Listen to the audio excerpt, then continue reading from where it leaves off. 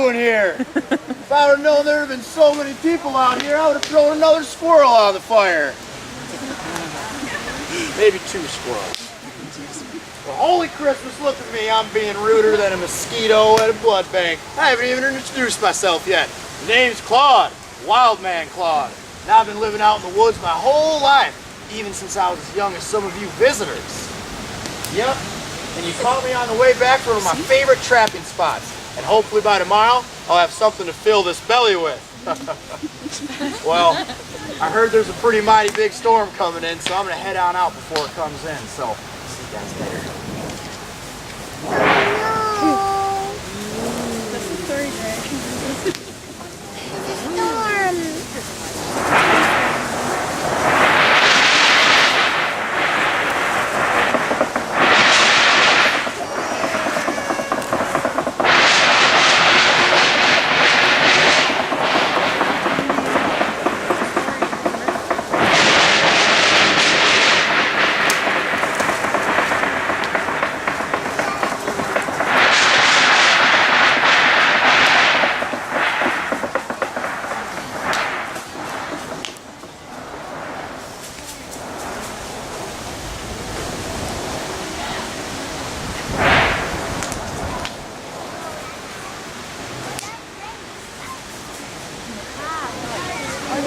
Cinnamon and gravy! Oh no! Oh, that was quite the doozy of a storm last night. Oh, well, it looks like I got a possum. It looks more like a possum pancake now. Oh no, the woods are destroyed. They're never gonna be the same again. What are these old bones supposed to do now? You're telling me. Oh, this is my favorite tree in all of Schmeekly too. When I was a kid, knee-high as a cricket, I used to tie my tire swing up to that tree. There's nothing I like to do more than swing on that thing all day long. I said, you're telling me. This used to be... Whoa!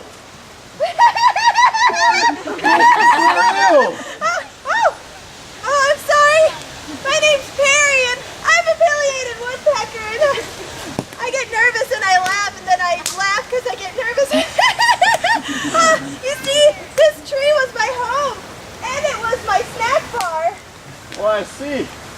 I'm out of a favorite tree, and you're out of a vending machine. Oh, yes. You see, this tree was a delicious smorgasbord.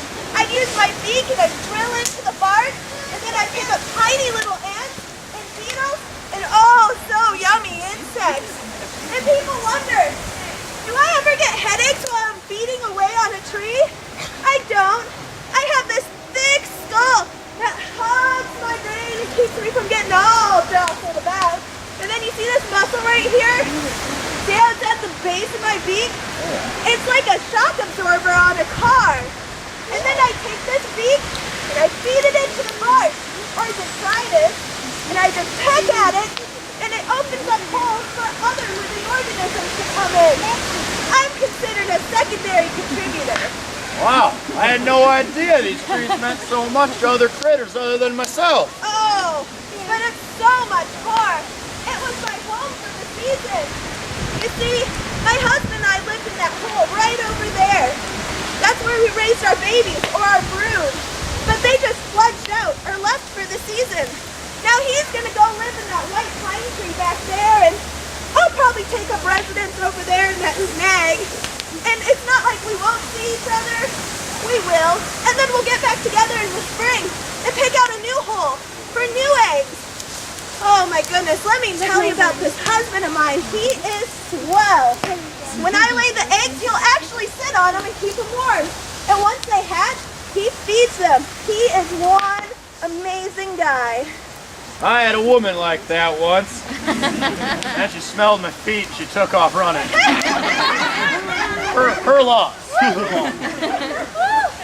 Oh, Perry, I'm so glad to see you're okay.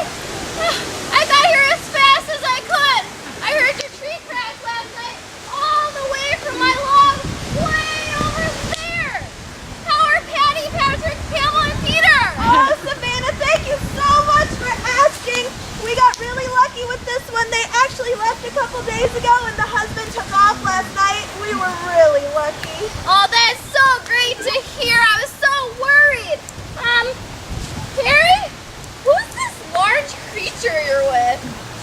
Claude, Wild Man Claude. And I've been living in the woods my whole life, just like my new friend Perry here. Oh, well, nice to meet you, Claude. Nice to meet you too. My name is Savannah, and I'm a terrestrial gastropod mollusk. But you can just call me a land snail. I'll stick with that. I'm named after the oak savannas where I grew up. I recently moved over to this log. I heard it was a great ecosystem for decomposers like me, from my friend Hermie the worm. I know, Hermie. Yes, us decomposers are the last stop on the food chain, and we eat everything else that no one wants to. If it weren't for me and my friends, the ground before you would be covered with leaf litter, and the world would be a much dirtier place than it already is. Well, that's amazing, Savannah. But I just got one question for you. How come it took you so long to get from there to just over here? Well, Claude, you see, it's a bit of a touchy subject for me. But you seem like a nice enough guy, so I'll let you in on it. I move at a very slow speed, about 1 millimeter per second. I move with this large muscular foot of mine. As you can see, it's covered with mucus. Mucus. Yes, this mucus, although my foot is slow, it protects me from danger. I can even crawl over sharp objects like a straight razor and not be injured. Man, I wish I could do that. I could run around the woods all day long barefoot, never get hurt. That's what I call living the life. Precisely. I also have this amazing shell I can put my entire foot inside when I need to protect myself from predators. My shell is made of calcium carbonate, which is secreted which grows as I grow. It's actually pretty embarrassing. Anyone can tell how old I am just by looking at my shell. I wish I could make it stop growing, but I simply can't. My calcium carbonate is secreted by glands inside of my mantle, which is on my head. You can only imagine what I would have to do to make my head stop or my shell stop growing. I think I know of another creature whose head changes as it gets older. What could that be? I don't know. Whoa! Whoa! There it is now! It's one of them gosh darn buzzards! I'm not a buzzard, I'm a turkey vulture. What are you, wild man? Well, my name's Claude, Wild Man Claude. Why'd you puke? I'm sorry, turkey vulture, but why'd you puke all over me? Well, you scared me, Claude. And when I get scared or approached by predators, I tend to vomit. But you were right about one thing, Claude. My head does change as I grow. Can anyone guess how old I am by the color of my head? 4. Why, yes! I am 4 years old, and I am an adult. When I turn 4, I get this sweet, red, bald dome. Hold on just a second here. You're only 4 years old and you're already bald? That's what I call bad family genes. Actually, it helps me survive. My bald dome actually helps me survive, and I eat dead animals and carrion, so it prevents me getting diseases. Because I'm the #1 scavenger and sky-high recycler. Did someone mention food? I love food. My neighbors and friends always make fun of me for chewing my food so loud, but I just can't help it. Bark, leaves, twigs, fruits, and fungi are just so delicious. Us land snails chew with our radula, which is a ribbon-like structure inside of our mouth that contain thousands of microscopic teeth. We have 80 rows of teeth with 33 teeth in each row. That's 2,640 teeth. Now you can see why I chewed my food so loudly. Kind of like some of you boys and girls might like to do at the dinner table, but your parents say no. But right now I want you guys to act like a land snail and help me with chewing down this nice stick. Alright, so we're going to chew as loud as we can. Ready?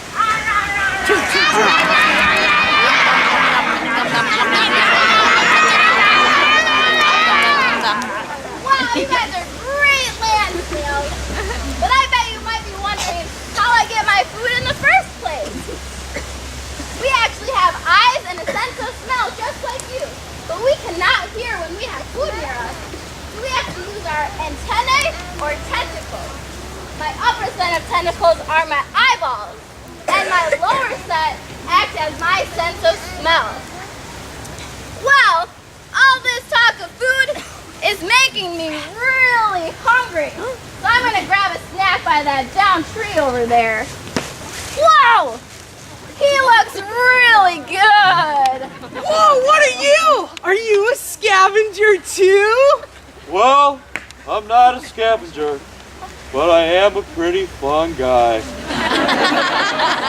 My name is Frankie, and I'm a mushroom. I belong to the kingdom fungi, which contain mushrooms, like me, toadstools, mold, mildew, and yeast. Let me get one thing straight here. Terry eats dead animals, Savannah eats leaves and barks, and, well, you. But what do you eat? Us fungi eat decomposed leaves and wood, what I like to call organic matter. Us fungi will eat any decomposed organic matter, whether it be a cardboard box, glue, paint, a pair of your old jeans, a leather jacket, or even jet fuel. Jet fuel? I soar up in the sky with those airplanes that use jet fuel.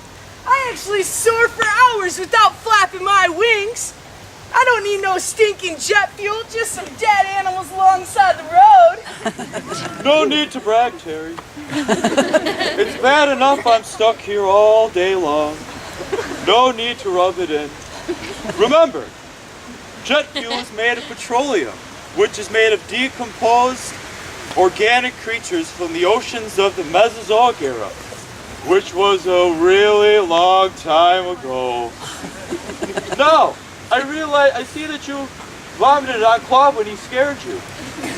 I do something similar. We release enzymes on whatever that is that we're feeding on at the moment, or the host, which in this case is this dead tree. All this talk about food is making my tummy all grumbly. I could sure go for a possum right now. But this tree has just rendered my possum completely useless. Oh, it's just gonna go to waste now under this tree. Not while I'm around. Do I smell some possum pancakes over here? Oh my Lanta, a flesh-eating beetle! Alright guys, hold on. I might be a flesh-eating beetle, but that just gives me a bad name. My real name is Dexter. Dexter the domestic beetle. Oh, wow! You have huge teeth! Scary. I do have really big teeth, but I need them for chewing because us domestics get the munchies like crazy. I will eat just about anything. I'll eat your carpet, feathers, hair, heck, I'll even eat your couch, as long as it's up for grabs. You see, I'm a pretty special insect because I'm one of the few insects that can digest fibers like silk and wool, which makes me an awesome recycler because I don't eat living things. Yuck.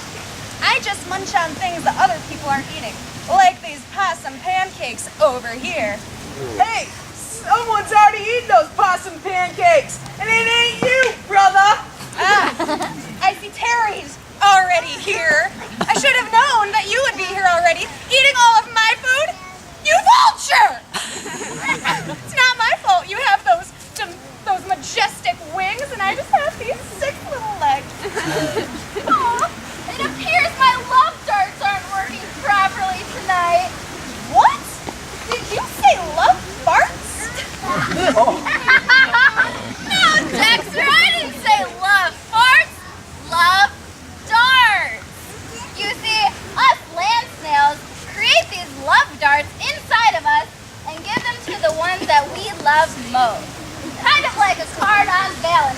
Day.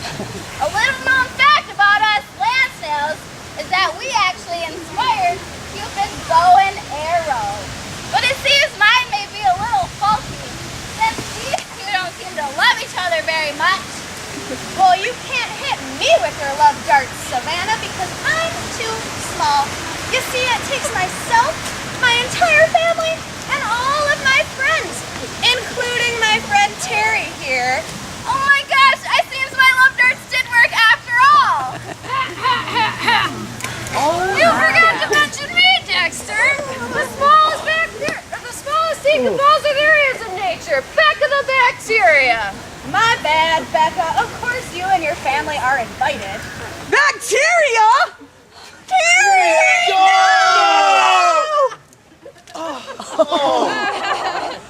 Well, someone said bacteria, and I pee on my leg when I have bacteria or when I'm warm. Thank God you're way over there, Becca. Otherwise, I would have killed you with my urine. Oh, Terry, not all bacteria are bad for you. In fact, each one of you needs bacteria to digest the food that you eat. We even help you make some of the vitamins in your body. And you know what? Cheese and yogurt wouldn't exist if bacteria weren't around. See, we may be a pretty small decomposer, but we have a big, important role out in nature. These large decomposers, they break down the big dead trees and leaves, but if bacteria didn't break those bits and pieces down even further into the nutrients, it wouldn't cycle back into the soil and help the trees and plants grow. You can find us everywhere. We can live in nearly boiling water, we can live in rocks, the deepest oceans, and we're all around Schmeekley Reserve even. And on top of each and every one of you and inside of you. We're so small. Thousands and thousands of us can fit on the head of one pin. Speaking of large numbers, us fungi are made of hyphae, which look like lots of pieces of thread all bunched together. Those thread release chemicals and feed on the host. When those bundles of hyphae come together, they form a mushroom. How do I look? You sure do look like a fun guy, Frankie. But my looks are a little more complicated. Let me tell you about it. I have all these little things on me that look like hair. These are my villi. They help me attach to things. Bacteria can come in 3 different shapes. They can be sphere, they can be spiral, and the best shape of all, rod shape. And we have a pretty cool thing on our backside that helps us zip around called a flagella. Excuse me. What are you doing? You're making a mess. Oh, these? Yeah. I'm just doing what a bacterium does. We multiply and divide all day long. If you watch one bacteria for a day, by the end of the day there'd be over 500 bacteria. That's why there's so many of us around. Wow, I had no idea there's so many of you guys here breaking down organic matter, keeping this place from getting all dirty and everything just piling up. Without nature's recyclers, the nutrients wouldn't return back to the soil, and the circle of life would be broken. Well, I'm really happy I met you guys. Savannah the land snail. Dexter the dermestid beetle. Back of the bacteria. Frankie the mushroom. Terry the turkey vulture. Perry the affiliated woodpecker. Without these new friends, Wild Man Claude would be out of a forest. But with these guys around, there'd be one back in no time. It's sort of like you guys the backbone of the circle of life. Hey, Dex! Didn't they make a movie about that? You know, Savannah, I think that they did. Savannah, pizza, baba. It's a circle, the circle of life.